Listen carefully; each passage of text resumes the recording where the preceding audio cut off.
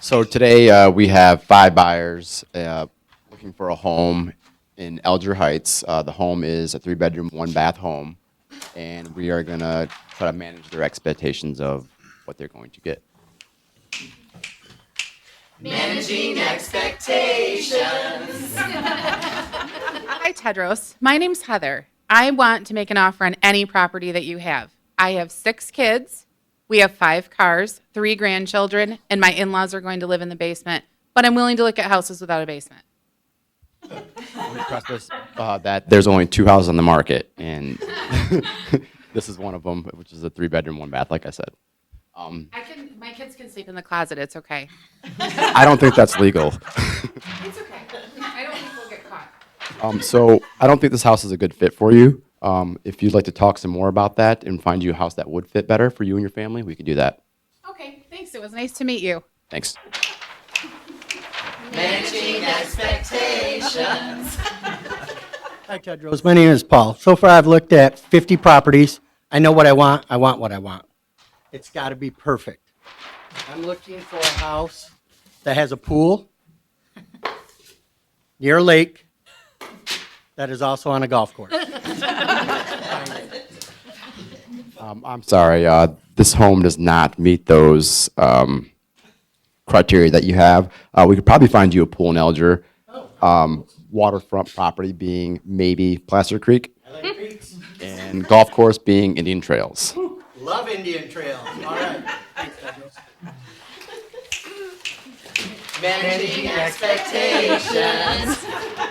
Tedros, for the house I'm already under contract on, my dad said that it does need a new roof and it does need a new furnace and a new water heater and air conditioner. And he also suggested gutters with extensions. So do you think that we can ask the sellers for any of that? In this market, no, you cannot ask the sellers for any of that. Being that you're under contract already, having 2 inspections probably won't happen. All appliances being new won't happen, and new roof and gutters definitely will not happen. And we are under contract. Okay, thanks for the reminder. And advice. Managing expectations. Hi, Tedros. I just got pre-approved. I do have to sell my home before we buy, so I do have to write all of my offers contingent, but I don't think I should probably list my home until we're already under contract. I'm sorry, but we will not be able to get you under contract in this market, seeing that you are contingent on selling your home. Most buyers today are non-contingent in selling their home or could possibly get a bridge loan, so we could probably get you a bridge loan. Thank you. Expectations. Hi, Tedros. My lender emailed you yesterday. He pre-approved me. I did choose to go with a local lender. I hope that's okay. They said they're really good at communication and can close within 21 days. I'm approved for up to 250, but I thought I would look at this house because it was listed at about 190, and it does fit my other criteria. Well, Vicky, I think I can help you with that. Let's take a look at this home, and I think it could be a good fit for you. Awesome, thanks. Managing expectations. Expectations managed.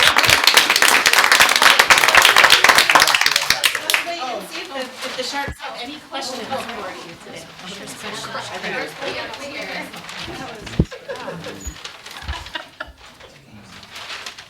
Any questions, Sharks? Mike always has a question. I gotta have something. You have some? Well, based off of basically it's managing expectations for sure. Every single one of them had different issues. Most of them were completely unrealistic, except for the last one, which was my favorite buyer. The only other thing is maybe like, I'll buy anything at any price. Just please get me out of my parents' basement. Seems like that one comes around. Explain to me a little bit more of if there's another opportunity for, let's say, is like one of the ones that was contingent. Reason I'm saying about the contingent is we keep talking about is the progression of our real estate market. So we go from buyer's market, there's 1,000 houses around, and then the market starts tightening up, tightening up, tightening up, and then we've gotten to where we are right now, where we have extreme seller's market, 2 weeks of inventory. You know, you're throwing everything in the kitchen sink at a transaction in order to get it. But as we're going that direction, or as we go to the peak of where we are now, and then we go back down into a buyer's market, at what point would you say is the expectations would shift to where contingent would matter or would make sense? Any thoughts? Well, that's not going to happen until inventory changes. Right. So we're not, as far as like being a non or a contingent offer right now, that's extremely difficult. And so you got to get creative with other ways, like Pedro's brought up, coming up with a bridge loan that maybe Nico would be able to do something along those lines. But then you're also talking about possession. You know, if by chance he sells his home before he's under contract, what can we do to be creative with possession and things along those lines? But we're not going to get into a buyer's market until inventory changes drastically. How about a better question would be is, if you were going to use one of these other ones, so unrealistic or contingent, I like the contingent one partially, is other things, how can you make something like any creative ideas you could make that one work? By listing the house, I think contingent offers are okay to work with. Like, we know things are gonna sell, but for his example, he didn't want to even list his house until he found the house. So maybe if, you know, we can get that on the market, you can, you know, there's more ability to work with those contingent offers. And also just explaining to them and really showing them the opportunities that there is to sell their home before even making an offer.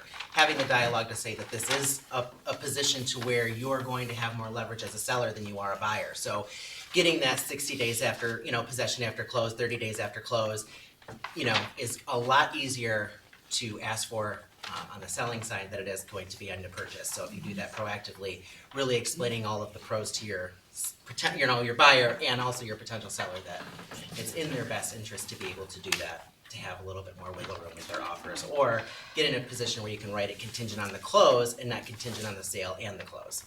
The other thing, Nico might find out that he's able to afford more once his home goes under contract. And he finds out that it's actually, you know, he's going to make more money. He's got more jack in the bank. Yeah. Absolutely. At that point in time, too, he might have a larger appraisal cap, which is kind of, you know, he's got more cash that's liquid after selling his house. Nice, Anybody? nice. My last closing had a contingent buyer with Nobody can hear 10% you. down payment. It's just a comment. I just wondered how much your idea is selling for. $300,000? I feel like we want to just give our managing expectations idea to all realtors at no cost. As a service to the CRA.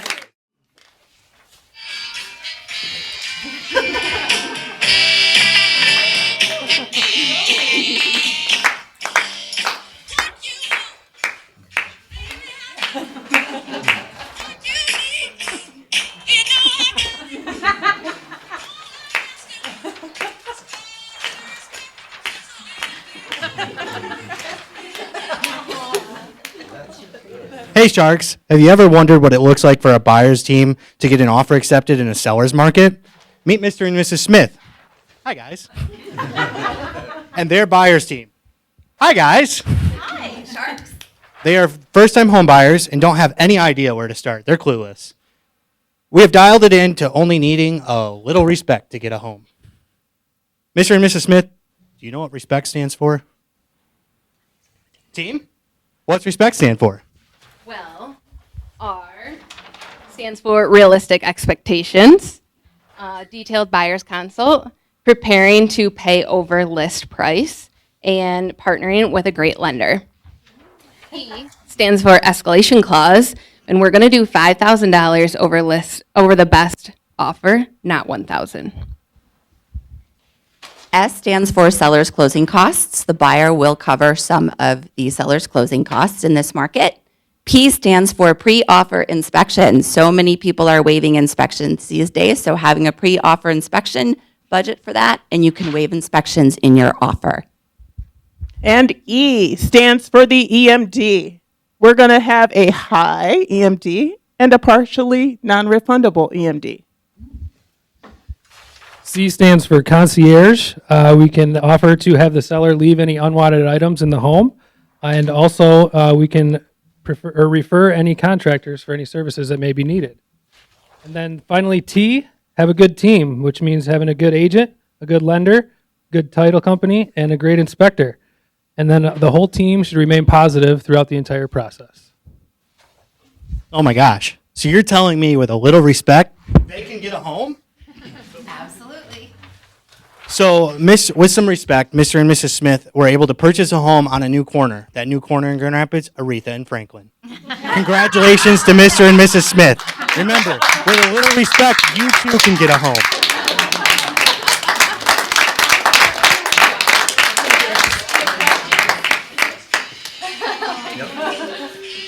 Okay.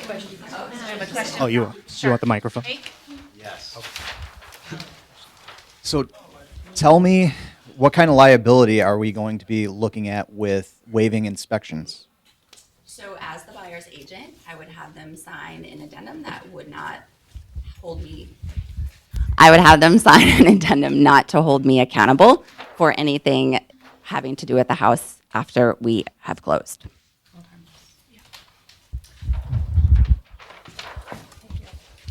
So what do you do if you feel like your buyers are forgetting the word respect? How do you reel them back in? I think the best thing that we talked about is setting expectations and going back to those expectations at the beginning and having them realize that we're in this together. We're a team. We talked about, a team at the end there. And again, we're having that buyer consult to make sure that we're setting the expectations realistically.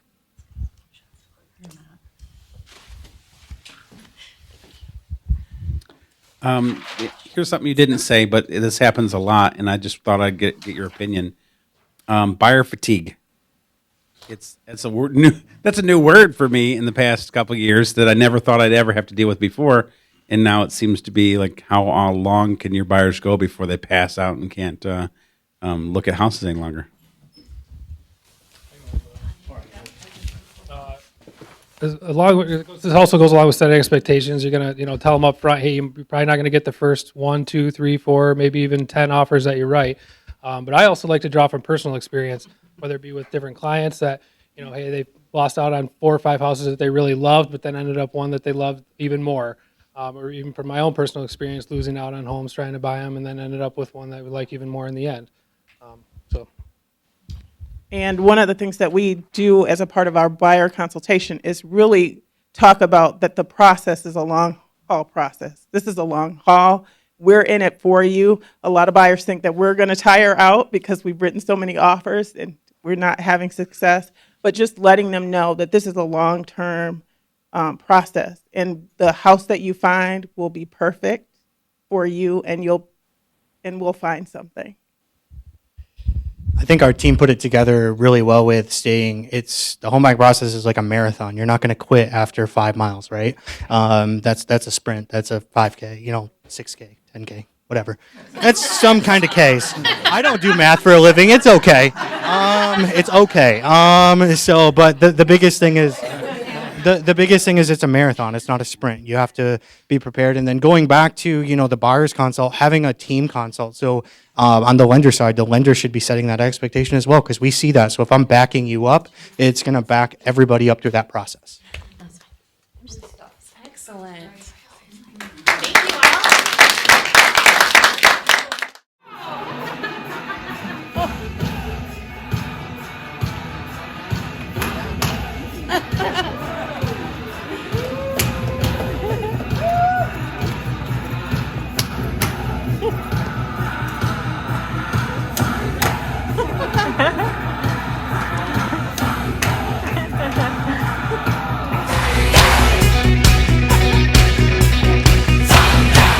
Hey Sharks, 2022 Buyer's Experience Package is what we're presenting to you today. You know you want it. I was waiting for it. So we're creating the perfect buyer, which is flexible move-in options, unlimited possession, all cash, perseverance rewards for our buyers. Hang in there with us. So level 10 means 10 offers declined.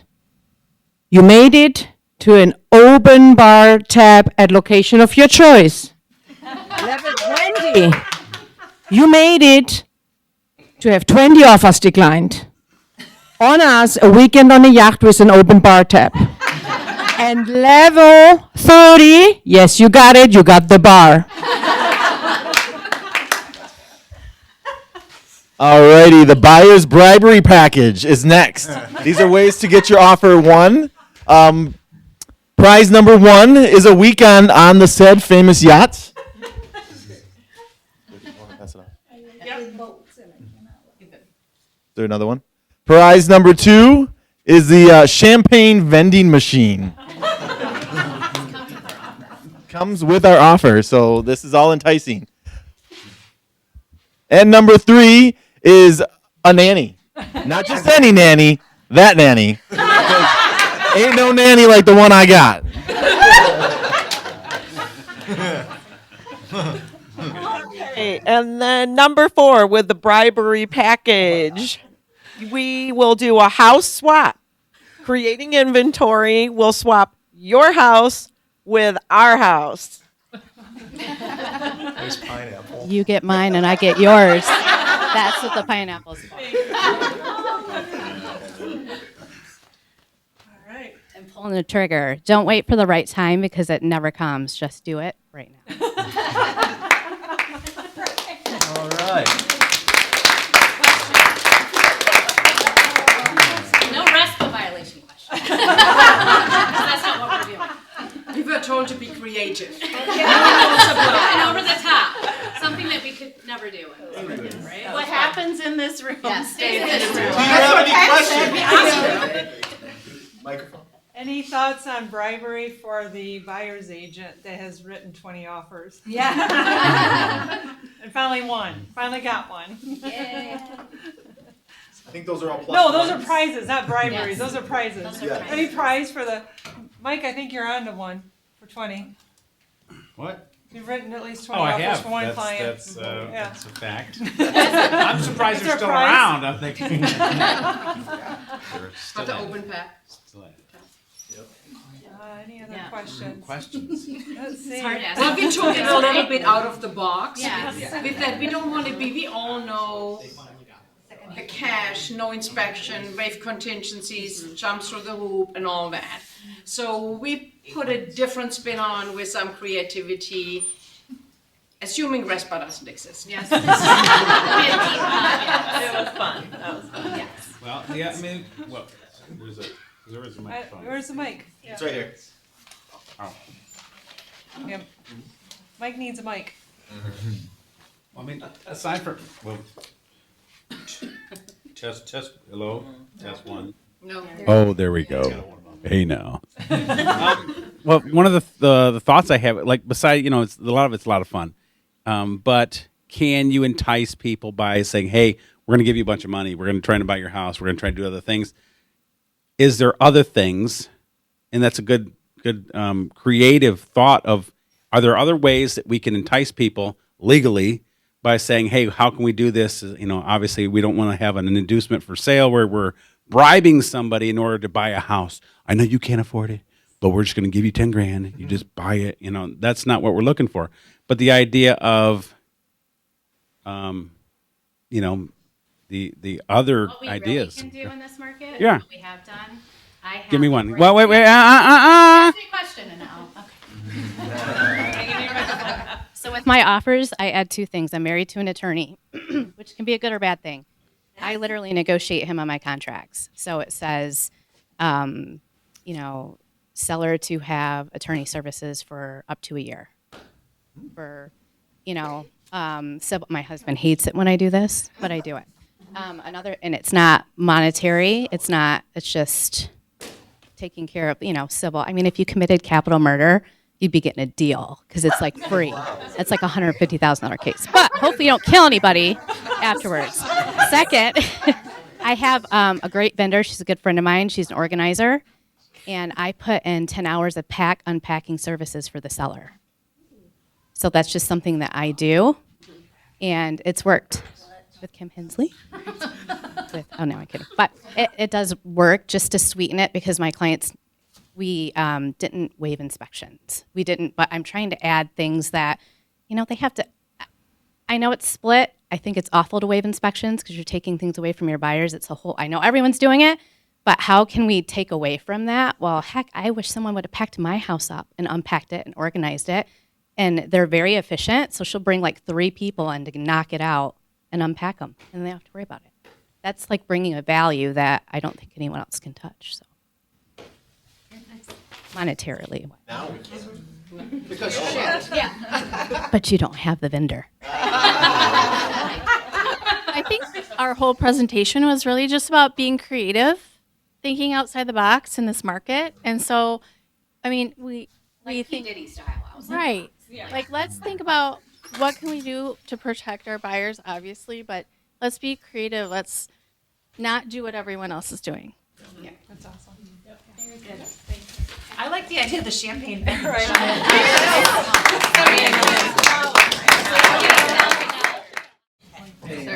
So first and foremost, this was awesome. You all did an amazing job. Very fun, very entertaining. Lots of delegation, and I'll let Mike take it from here. Thanks. You guys put the fun in real estate for sure. If you're having a good time, if you're not having a good time in this business, then you get out. Because, that's what we're here to do. We're having a good time. I guess, is recapping. They're going to announce the winners. I'm just going to make a couple of comments. I love the creativity. I love the ideas. Last one was one of my personal favorites, partly because I like the idea of thinking differently. And as you're able to do stuff in your day-to-day, like if you just did it the way they always did it, you will probably be unhappy, broke, and your buyers won't win. But you have to mix it up. And so it's a great reminder. This was a great event. I loved hearing all the ideas. It's so nice to have everyone kind of feeling the same pain, but then also having some really great ideas. And now we're all going to compete against each other on these great ideas, right? So then we even have to get more creative. I think it's wonderful to keep thinking outside the box. What else can we do within reason and keep within RESPA? Just sorry, I do not have an attorney husband. Got a record. Yeah. But no, it's just such a great job, you guys. Wonderful, wonderful. And I love that we have some some people here that are very comfortable being on the stage. So that's a fun thing too. So great job, guys. All right, with no further ado, somebody make a drum roll. What we did is sort of a ranked choice of voting. 3 of the Sharks were unanimous. 1 differed ever so slightly, but nobody sucked. So, first place, team number 2.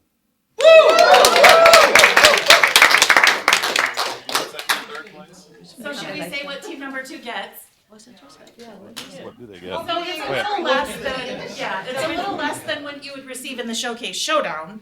But please, do you want to? You each told me, I can say to you, you will receive for free a T-shirt, or a sweatshirt, or a hoodie from the GRAR store from the, of your choice. From the GRAR store. If you don't have one in your size or preferred You'll color, order it. Order it. Yeah, we were listening, Pam. Promise. But that's fantastic, and We have a couple MVPs. bragging rights, and Bragging rights, of course, and that was it. that's it. That's fantastic. Round of applause for the winner. A couple of MVPs, and Jody has a little prize for you. Any guesses? Surprisingly, there were no bribes involved. MVP number 1, Lisa Thomas.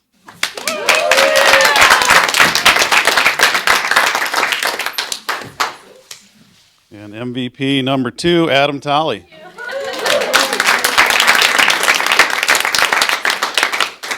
think that's all she wrote.